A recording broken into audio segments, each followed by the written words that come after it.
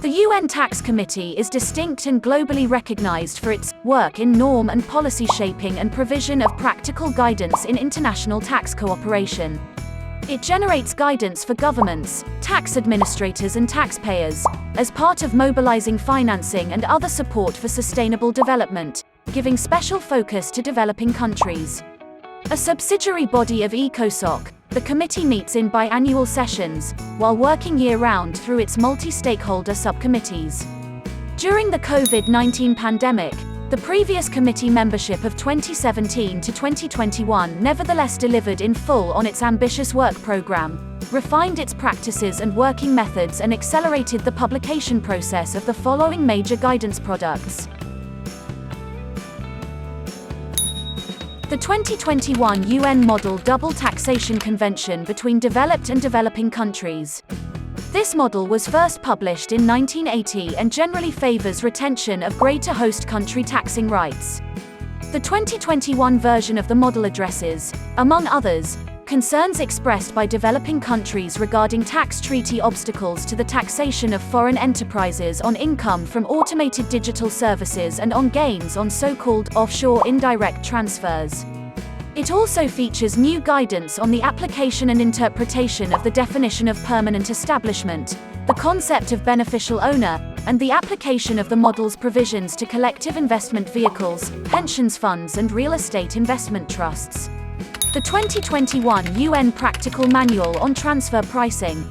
The effective application of transfer pricing rules is key to protecting the tax base of developing countries and enhances their capacity to mobilize domestic resources for sustainable development. The 2021 UN Transfer Pricing Manual extends existing guidance by introducing new content, in particular on financial transactions, profit splits, centralized procurement functions, and on comparability. Capacity development based on the manual has encouraged developing country feedback and aided in identifying these priority areas for improvement. The UN Handbook of Selected Issues for Taxation of the Extractive Industries. The UN Handbook on the Extractive Industries responds to country demand for clearer guidance on the policy and administrative aspects of applying taxes to the extractive industries. It offers guidance on specific areas of interest for developing countries, covering issues such as tax treaties, permanent establishment and transfer pricing, the government's fiscal take, VAT, decommissioning, contracts, and indirect transfer of assets. The 2019 UN Manual for Negotiation of Bilateral Tax Treaties between Developed and Developing Countries. This manual provides practical guidance to tax treaty negotiators in developing countries, in particular those who negotiate based on the UN Model Tax Convention. The UN Handbook on Dispute Avoidance and Resolution. This handbook provides guidance on the various mechanisms to avoid and, if needed, resolve tax disputes that may arise under the provisions of domestic income tax laws and tax treaties. The UN Handbook on Carbon Taxation.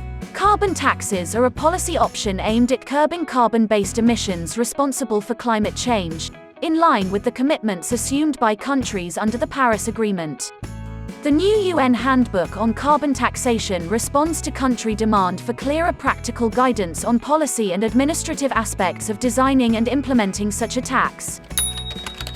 The UN Guidelines on the Tax Treatment of Government-to-Government Aid Projects. These guidelines respond to the Addis Ababa Action Agenda that called on countries to avoid tax exemptions on government-to-government (G2G) aid. They provide guidelines to assist donors and recipient countries to determine the appropriate tax treatment of government-to-government aid projects. We celebrate the 2017 to 2021 membership of the UN Tax Committee and its subcommittees for an open and inclusive dialogue, which, supported by the active engagement of member states and observers from international and regional organizations, academia, civil society and the private sector, accelerated the publication process of these products. We also applaud the generous financial support of the Norwegian Agency for Development Cooperation, NORAD, India and the European Commission, and extra efforts by the Secretariat in the UN's Department of Economic and Social Affairs for this success.